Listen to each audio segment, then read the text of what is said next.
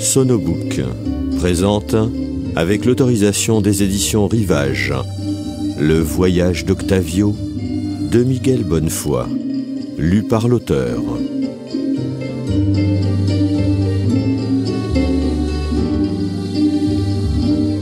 Chapitre 1er.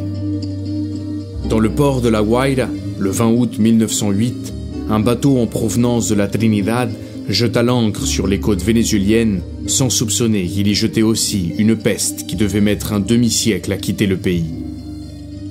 Les premiers cas se présentèrent sur le littoral, parmi les vendeurs de pagres et les marchands de cochenilles. Puis suivirent les mendiants et les marins qui, aux portes des églises comme aux portes des tavernes, éloignaient à force de prières les misères et les naufrages. Après une semaine, le pavillon de quarantaine fut hissé et on décréta qu'il s'agissait d'une épidémie nationale. La deuxième semaine, les autorités ouvrirent la chasse aux rats et on paya 1 pièce d'argent pour chaque bête morte. La troisième semaine, on isola les malades pour faire des prélèvements et on extirpa des ganglions aussi gros que des œufs. Il fallut peu de temps pour voir les premiers feux dans les basses-cours et les fumées de soufre sortir des cabanes. Au bout d'un mois, lorsque la maladie approcha les portes de la capitale, on sortit en grande procession le premier saint en bois. Des fidèles bloquèrent les ruelles d'un village aux alentours de Caracas. Ils portèrent sur des brancards d'argent, accompagnés de psaumes et de chansons, l'effigie du Nazaréen de Saint-Paul, vêtu d'un habit mauve, brodé d'or, soutenu par des mulâtres en direction des infirmeries. On ne distinguait presque pas le saint, tant il était couvert d'orchidées, une couronne d'épines sur la tête, entourée de cloches et de symboles.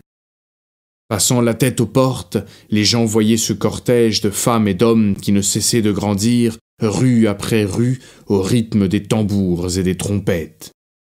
On le faisait entrer sous le porche des maisons où des dames en chemise sortaient en lui tendant les bras, le front en sueur, en murmurant des paroles qui ressemblaient à des complaintes. Parmi ces maisons, à la robe d'une montagne, il y avait celle d'un créole qui avait planté contre sa haie un citronnier robuste, aussi vieux que lui, dont les fruits se mêlaient au gui du feuillage. La procession s'était approchée. Le créole était sorti avec un fusil à verrou et une grappe de cartouches sous l'aisselle. « Je tue le premier qui franchit la haie !» avait-il crié depuis la rambarde. « Et je commencerai par celui que vous promenez. Nous allons voir si les saints ne meurent pas. » Les porteurs firent demi-tour, sans discuter.